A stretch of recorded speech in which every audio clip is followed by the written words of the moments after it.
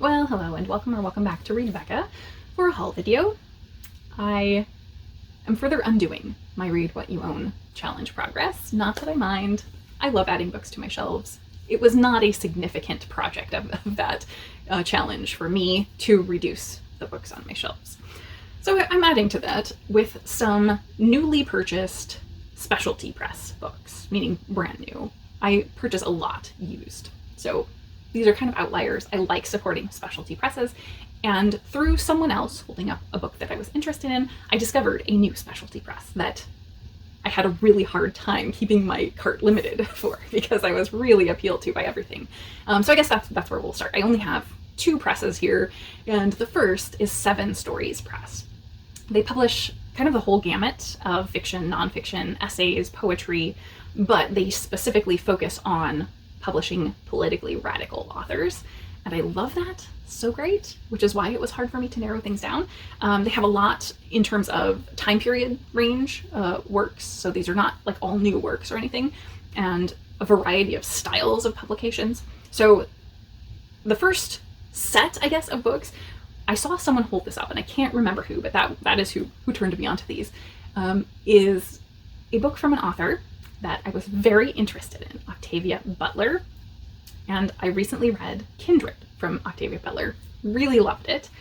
And Butler is someone that is on my most recommended authors of people recommending to me. So that is why I read Kindred as a project this year of hitting in my goals, reading those authors that everyone is constantly recommending to me. So I was delighted after reading that to see someone hold up this book in a lovely edition from Seven Stories Press. And that is, firstly, Bloodchild and Other Stories, obviously by Octavia E Butler, with an introduction by Jesmyn Ward. This is very recently published and lovely edition. It has a number of stories in it from science fiction generally, and with also a couple of essays about those worlds. So it looks fantastic. I think I have actually heard Bloodchild or something in that universe on the Drabble cast, which is kind of a weird horror-y podcast. And so I know I kind of like that world, potentially. So I'm hoping this really works for me very well. And then onward. So this is a slipcased one.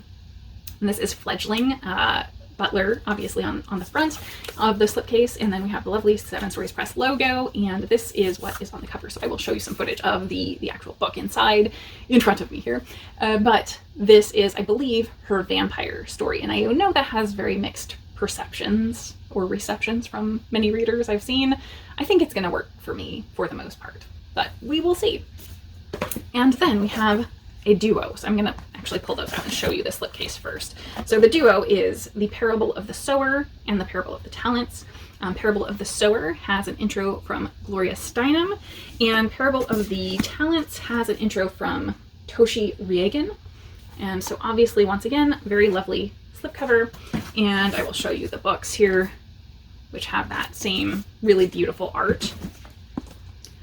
And these are Butler's kind of dystopian future that has very eerily mirrored certain happenings in our world. And I think these are probably going to be my favorites of her work, most likely, just because it's very much a religious dystopia. I really like engaging with those topics, and that really hits the spot for me. So those are the fiction that I got from them. I also got two nonfiction from them, one older and one very brand new. So the older one that I picked up is Angela Y. Davis's Are Prisons Obsolete? That's obviously the topic of this. I've been wanting to read some Angela Y. Davis for a very long time and never have. This is kind of an odd little square format, and it's a tiny little book. So I think this will really be a quick read, very impactful, and this talks immensely about the ways that the prison system is used to harm and oppress people groups that are already being harmed and oppressed, and the perpetuation of that, I think. And so I'm looking forward to being very informed by this.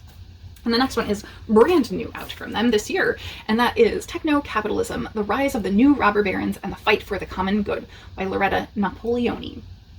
This sounds fan-freaking-tastic and is in my area of expertise, kind of.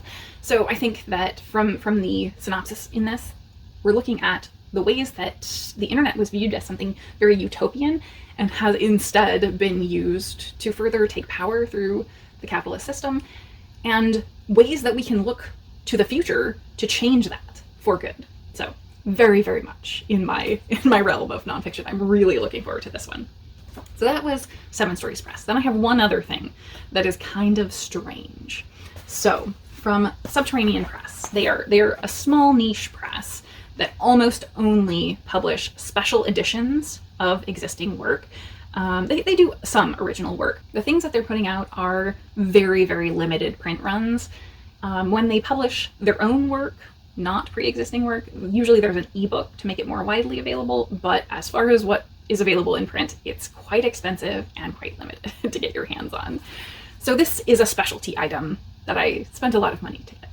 And one thing that's kind of disappointing, mainly my fault, I misunderstood. I thought this was going to be cloth bound. It is not cloth bound, it is paper bound. So this is like a very nice cardstock.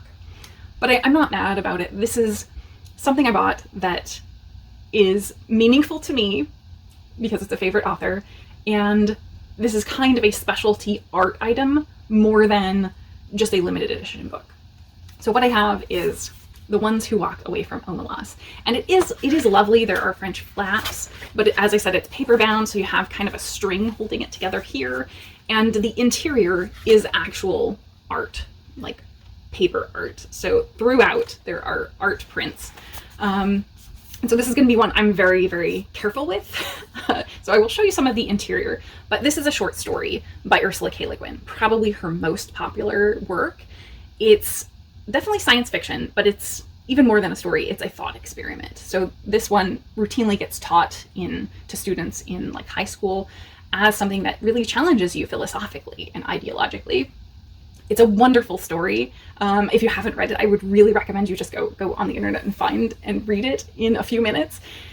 So this is one that I would never have on my shelves as its own piece of work, rather than in a collection somewhere. And yet it is her most prominent featured work, I think, and the one that generates the most discussion, really, out of all of her work. So for me, as a lover of Ursula K. Le Guin, it was something that when I saw they had it up to pre-order, I kind of had to go for it, even though it was rather expensive and not something I would usually buy to read.